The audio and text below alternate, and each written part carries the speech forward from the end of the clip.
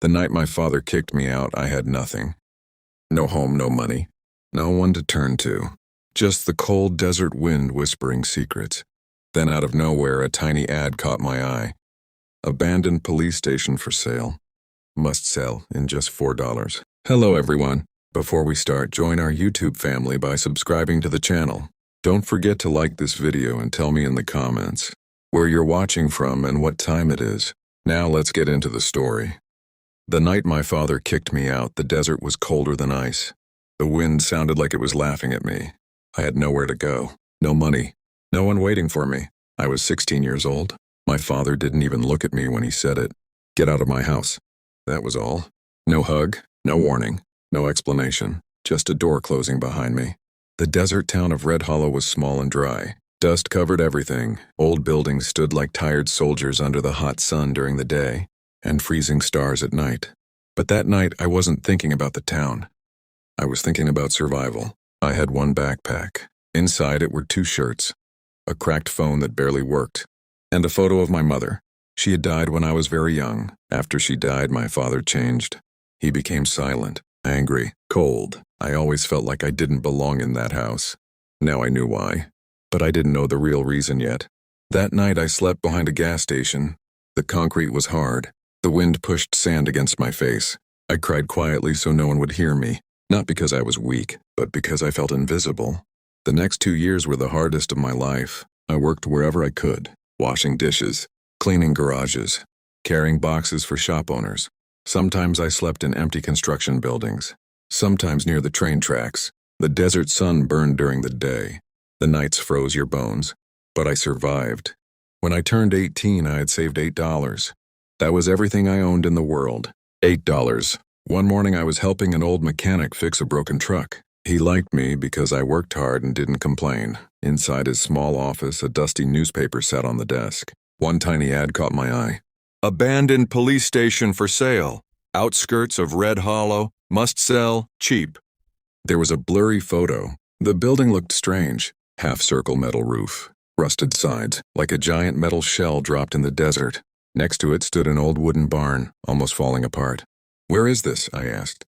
The mechanic squinted at the paper. Oh, that place. Old police station from the 1970s. Closed years ago. People say it's haunted. Why so cheap? No one wants it. Bad history. Some officer disappeared there. My heart skipped. How cheap? $4, he laughed. $4. Half of everything I had. I don't know why. But something pulled me toward it. Maybe because I knew what it felt like to be abandoned. Maybe because broken things understood broken people. That afternoon I walked 5 miles into the desert. The land was empty. Cactus plants stood like silent guards. Heat waves shimmered in the air. And there it was, the old Quonset hut police station. Rusted metal shining under the sun. Windows broken. Door hanging crooked.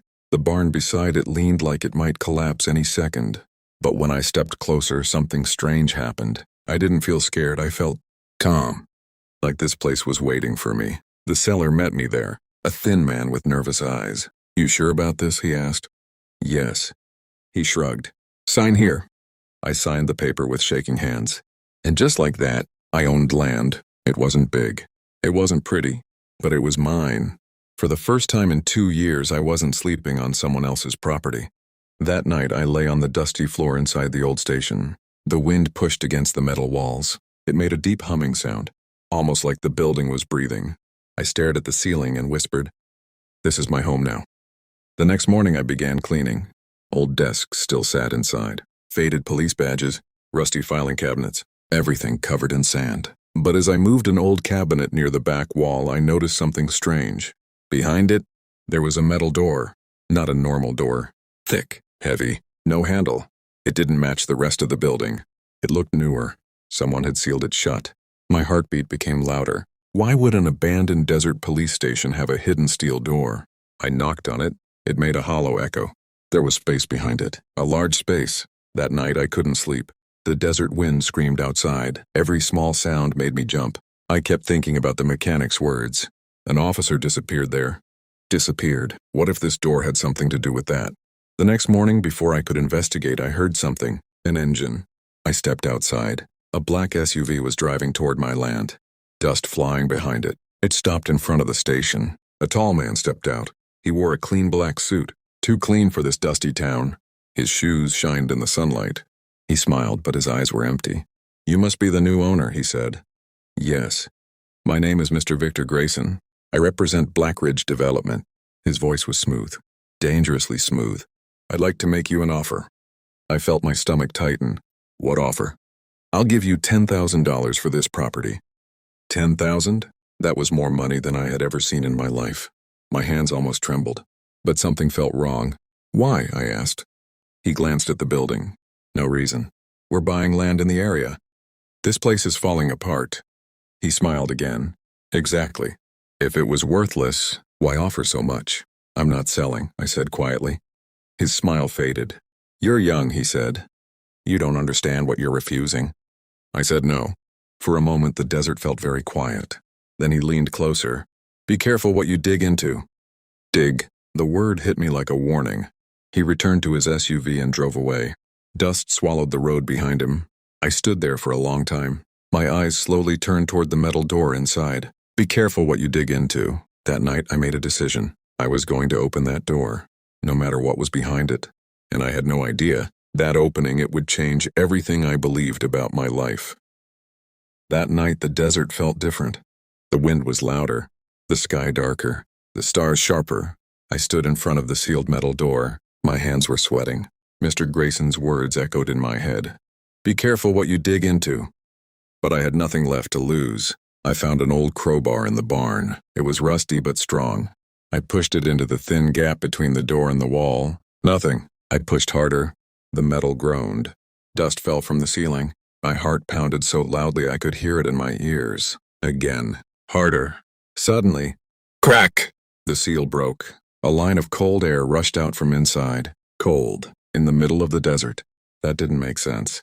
I stepped back. For a moment I almost closed it again. What if something dangerous was inside? But curiosity is stronger than fear sometimes. I pulled the heavy door open. Behind it, there were stairs. Concrete stairs. Going down. Deep underground. I swallowed. Old police stations don't usually have secret basements. Not like this. I grabbed a flashlight from my bag and started walking down. Each step echoed. The air grew cooler.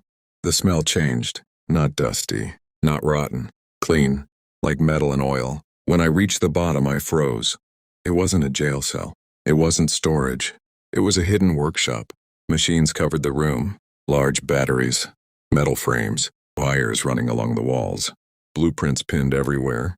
And in the center, a massive metal cylinder connected to thick pipes that disappeared into the ground. I slowly stepped closer.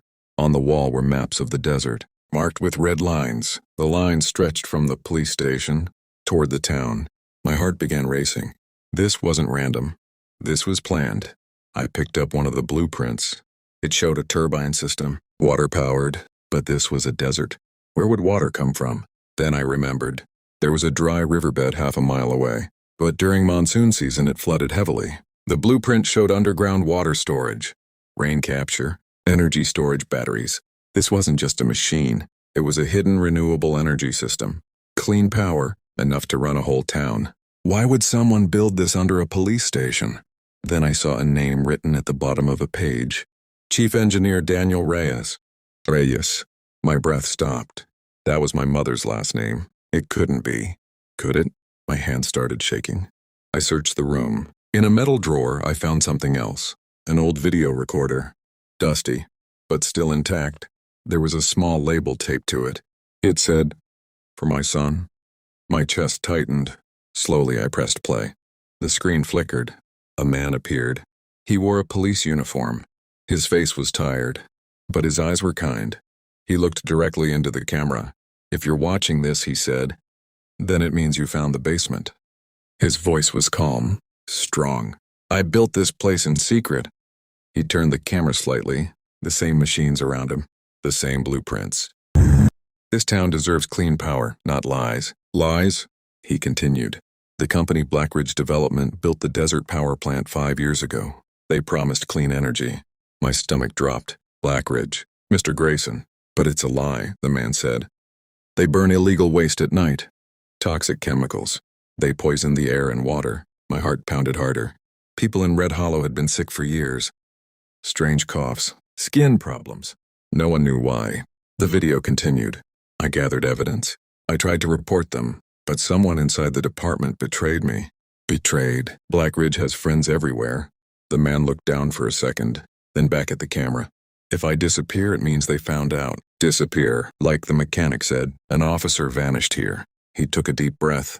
If my son ever sees this, Miguel, I'm sorry. The world stopped. Miguel.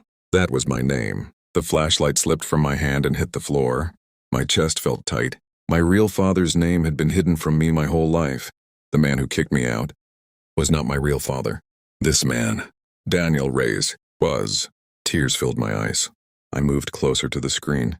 The man smiled softly. You were only 2 years old when your mother died. I tried to protect you. Protect me from what? I trusted the wrong person. My partner, Victor Grayson. My blood turned cold. Victor Grayson, the man who just offered to buy my land. He sold information to Black Ridge, my father said in the video. He helped cover everything up. The room felt smaller. I built this energy system as proof. When activated, it will automatically send all stored evidence to state authorities. My heart began racing again. This machine is connected to the illegal plant's main grid. If it powers up, their system collapses. He leaned closer to the camera. Miguel, if you're watching this, it means I failed to finish it. His eyes softened. But you can. The video ended. Silence filled the underground room. I sat on the cold floor. Everything I believed about my life had changed. The man who kicked me out wasn't my real father. The officer who disappeared wasn't dead. He had been hunted, and Mr. Grayson wasn't just a businessman. He was the traitor. Suddenly, I heard something above me, an engine, then another. Headlights flashed through cracks in the building. Voices, doors slamming. They were here. Mr. Grayson had come back. And this time, he didn't come to make an offer. He came to make sure the secret stayed buried. I looked at the giant unfinished machine, then at the stairs. My father's last words echoed in my head. But you can.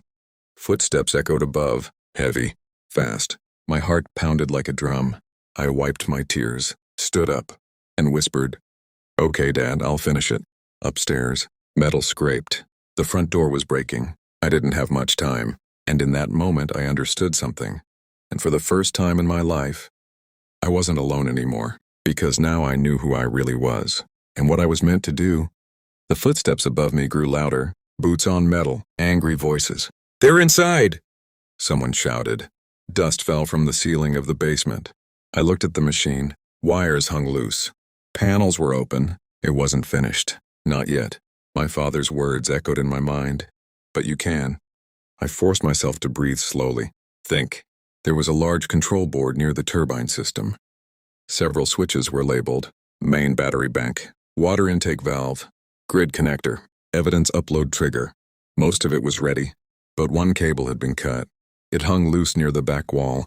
Why would my father leave it unfinished? Unless he didn't get the chance. Upstairs, the front door crashed open. Metal screamed. They're here!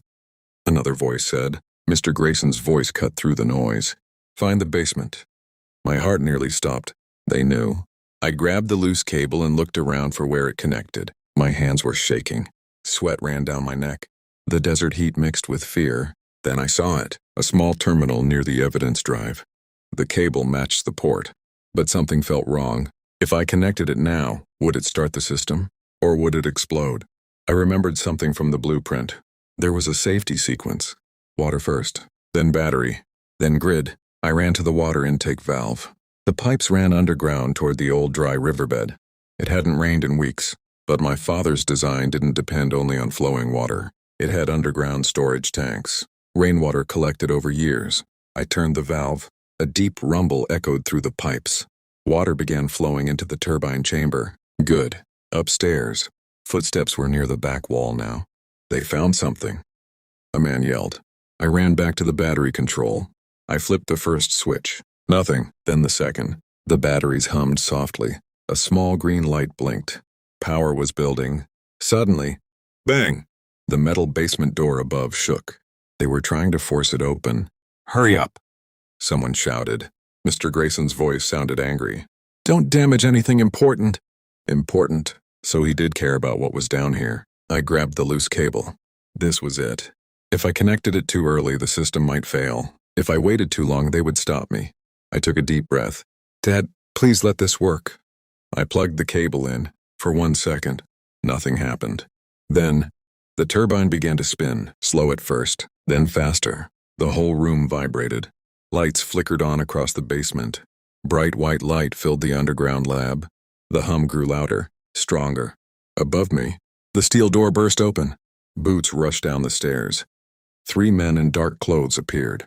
Behind them, Mr. Grayson, his face twisted with anger. "What did you do?"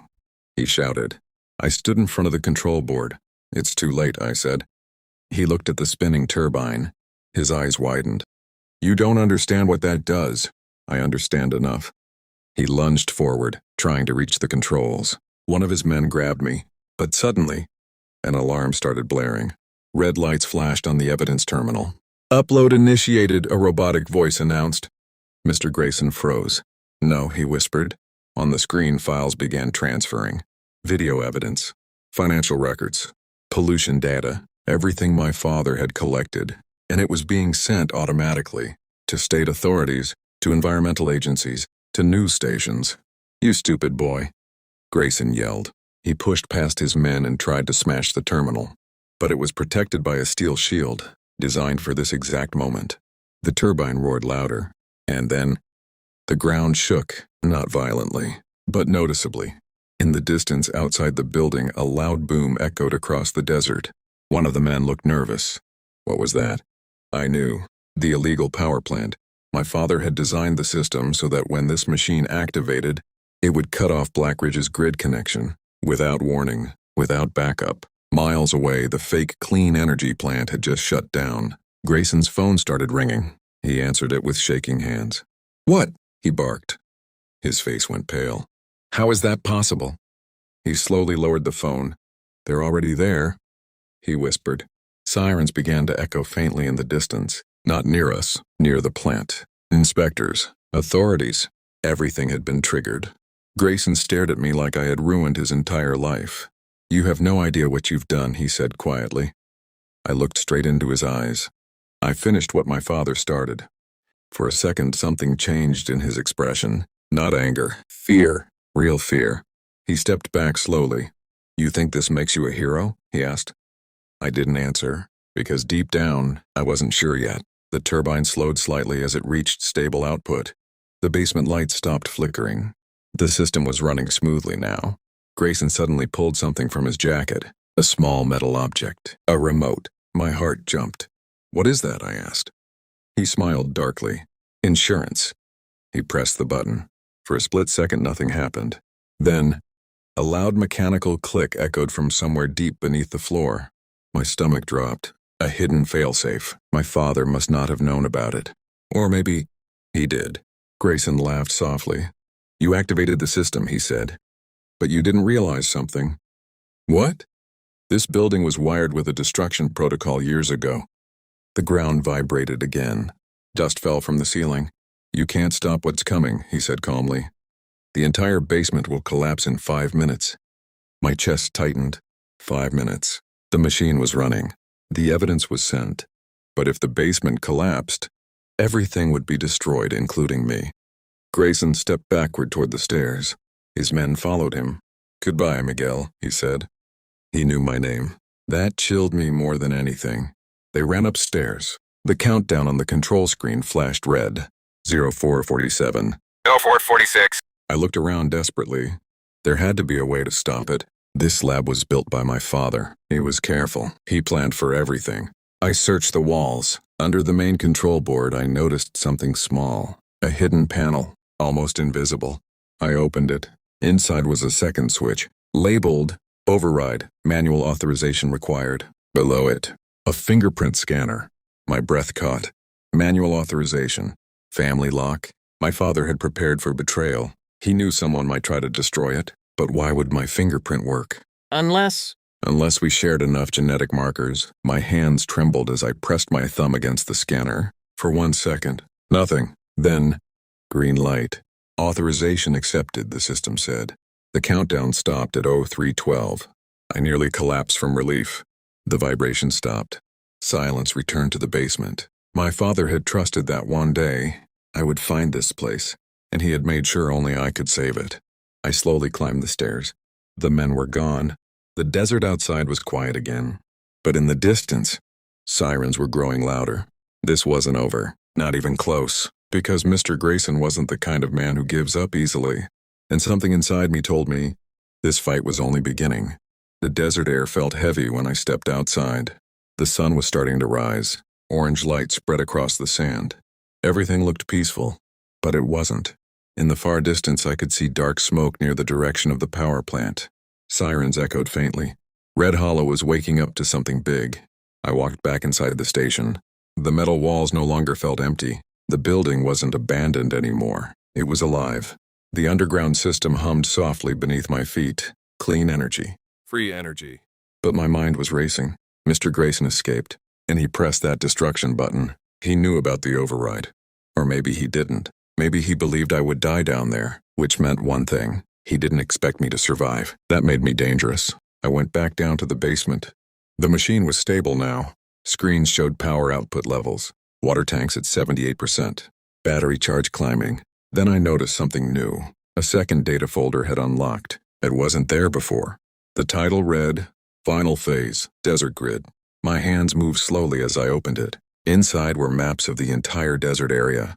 Not just Red Hollow, small towns nearby, isolated farms, remote homes, all connected by thin underground lines. My father's system wasn't only for one town. It was bigger, much bigger. He wasn't just exposing corruption. He was planning to replace the entire region's energy supply. Clean, independent, free from companies like Blackridge. My heart pounded. This wasn't just about justice. This was about freedom. Suddenly a voice behind me made me freeze. You figured it out. I turned around fast. A man stood at the bottom of the stairs, older, beard streaked with gray, wearing dusty clothes. But his eyes, they were familiar, very familiar. For a second I couldn't breathe. Dad, I whispered. He stepped forward slowly. Yes, Miguel. My legs felt weak. You're alive. I had to disappear, he said quietly. It was the only way to keep you safe. Safe? I had been kicked out, alone for 2 years. Anger mixed with confusion inside me. You left me, I said. Pain flashed across his face. I never stopped watching over you. What?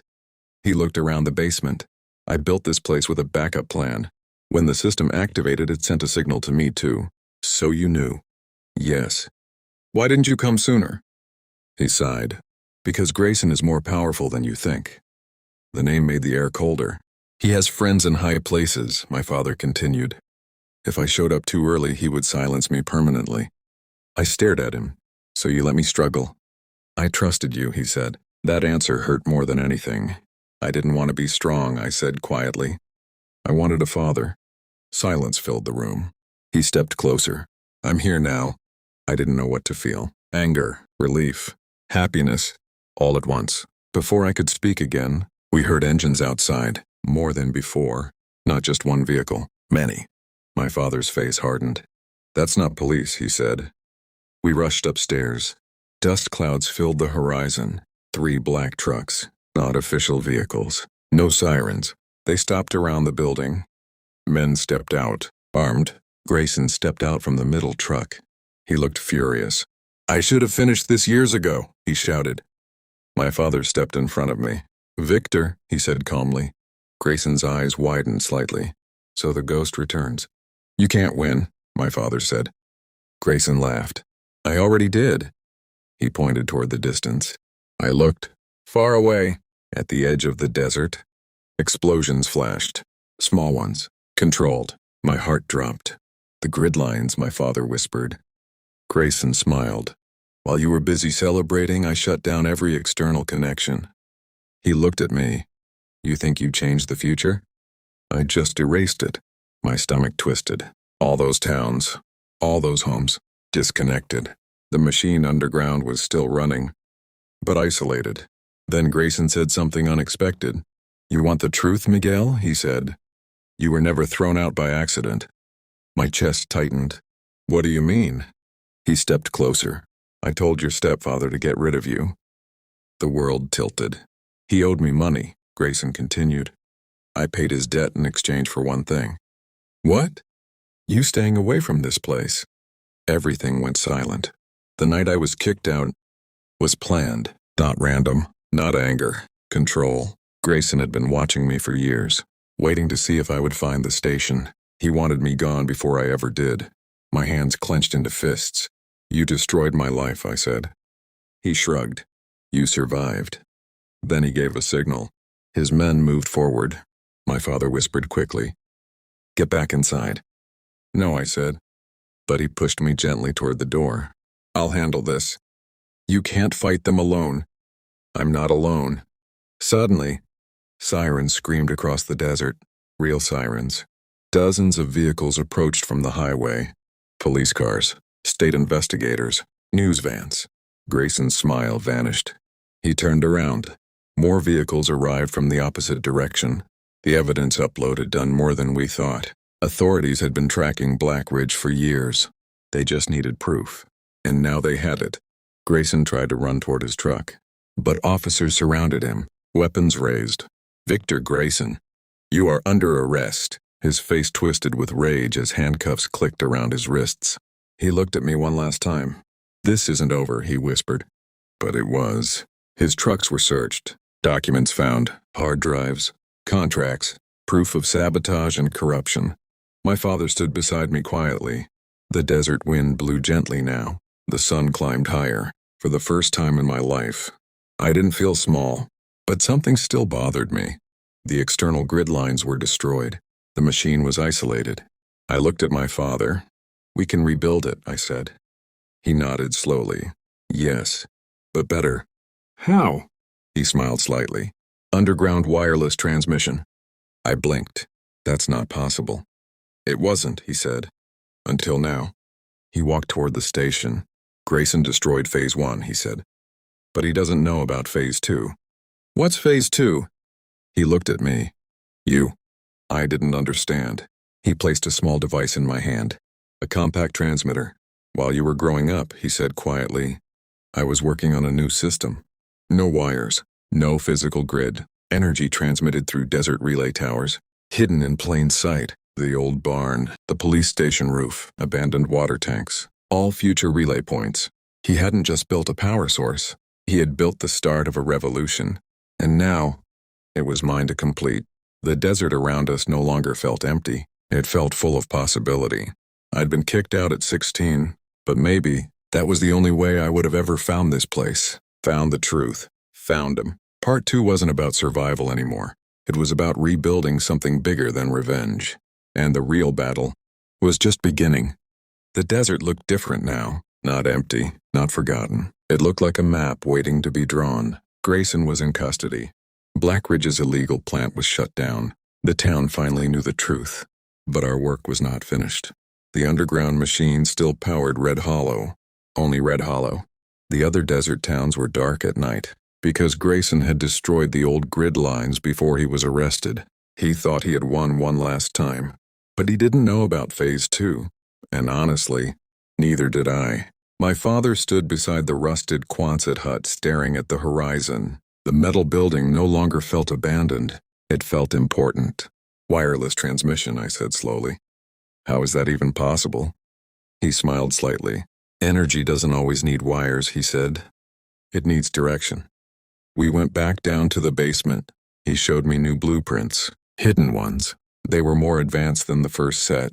Instead of underground cables, there were tall relay towers marked across the desert, old water tanks, abandoned windmills, communication poles, places no one paid attention to.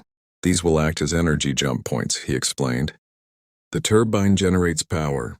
The relay towers transmit it through directed frequency waves. I blinked. So, like invisible roads in the air? He nodded. Exactly.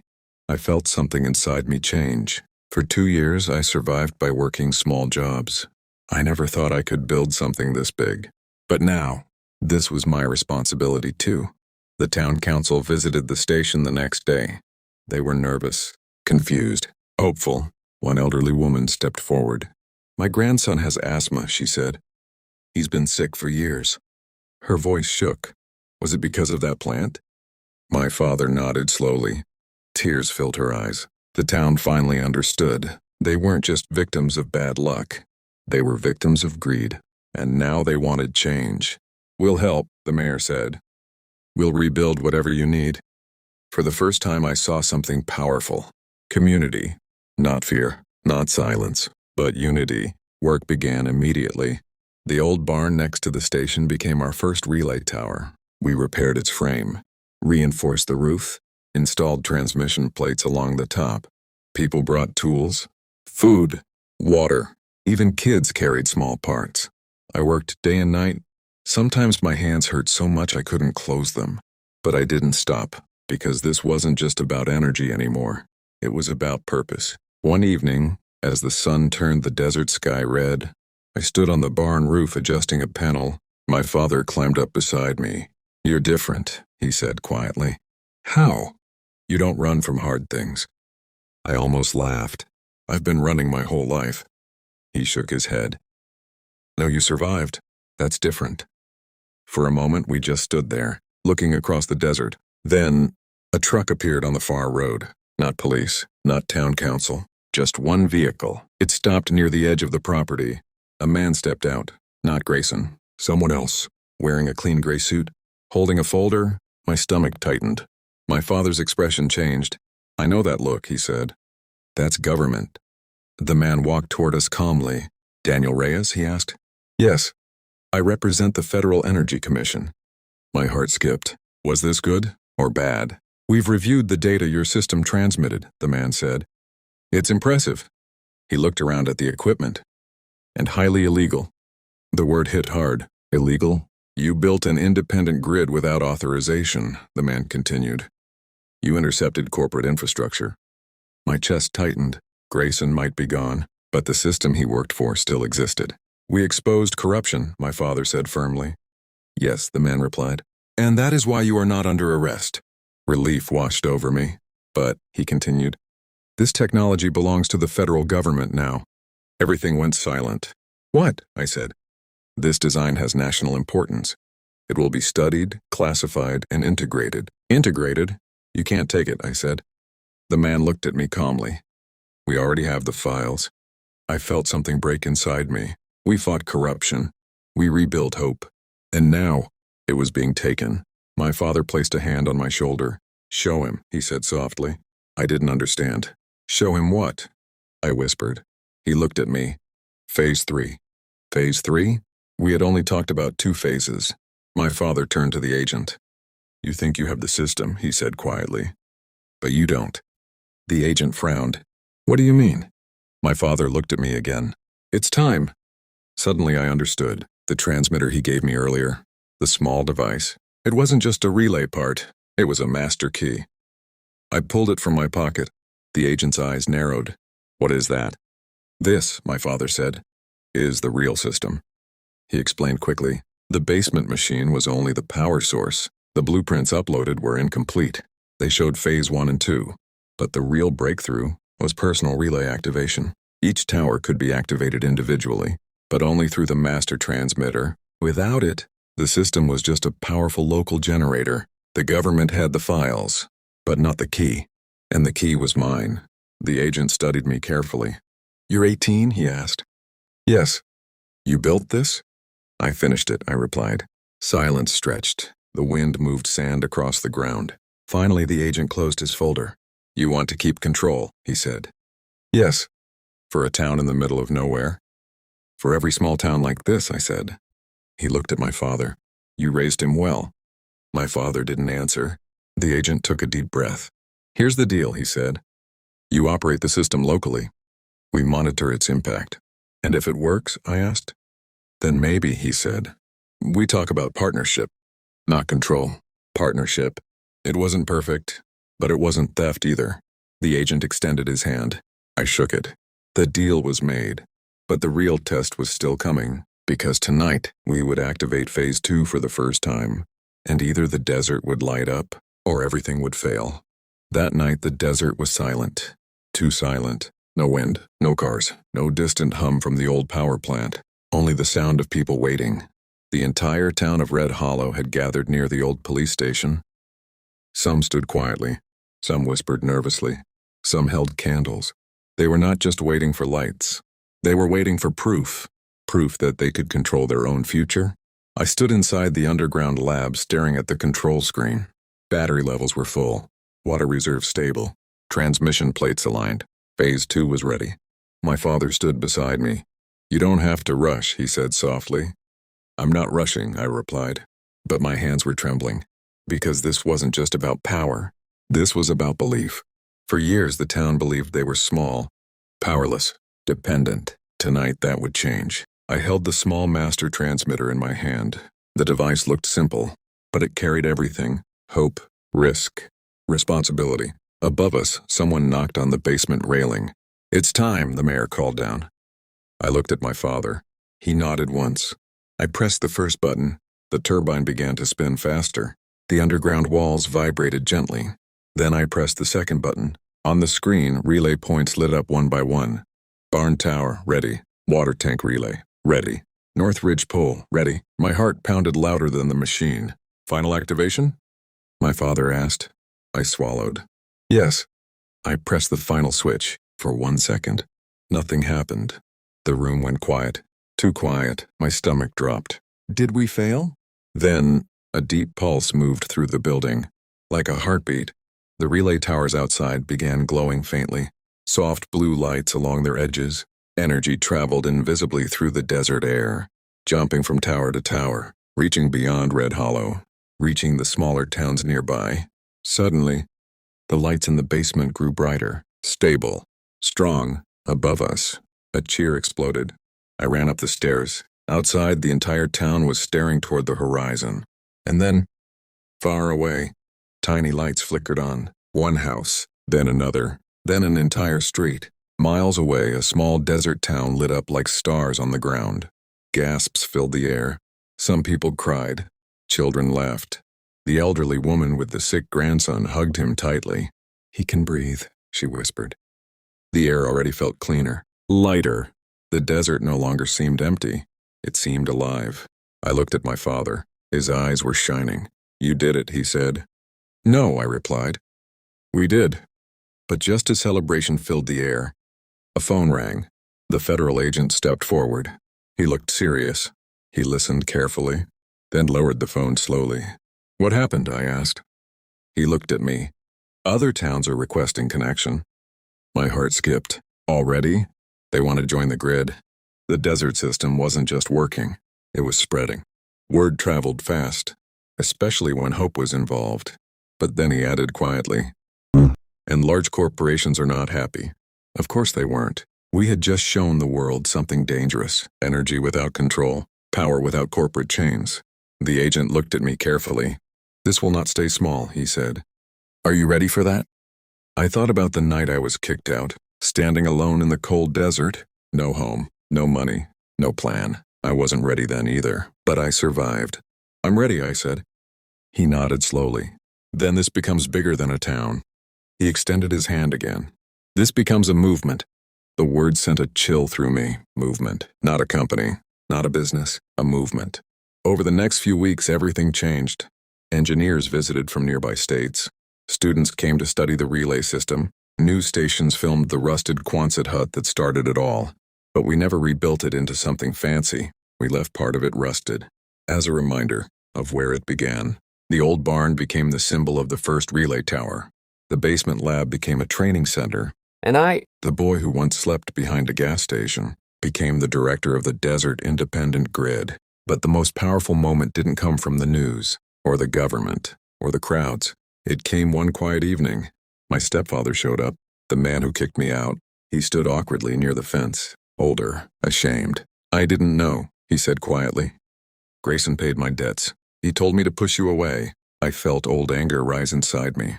"You could have said no," I replied. He nodded. I was weak. Silence stretched between us. For years I believed I wasn't wanted. Now I understood. I wasn't rejected because I was worthless. I was removed because I was a threat to corruption, to control, to lies. "I forgive you," I said finally. Not because he deserved it, but because I deserve peace. He left quietly, and with him, the last piece of pain from my past. Months later, desert towns across the region were connected. No wires across the sand, no giant smokestacks, just clean towers rising quietly into the sky. The final surprise came one morning when my father handed me a sealed envelope. "What's this?" I asked. He smiled. "Your mother's last project." Inside were sketches, not energy plans, but agricultural designs, desert farming systems powered by renewable energy, water-efficient greenhouses, solar-driven irrigation. She had believed the desert could grow food, not just survive. My father looked at me. "We changed power," he said. "Now we change life." The abandoned police station had hidden more than a machine. It had hidden a legacy, a family mission, a future. I once thought being kicked out destroyed me. But now I understand. If I had never been forced into the desert, I would have never found the truth buried beneath it. The desert didn't break me. It revealed me. I was kicked out at 16. At 18, I didn't just buy a rusted Quonset hut. I unlocked a revolution. And this time, no one could shut the lights off again.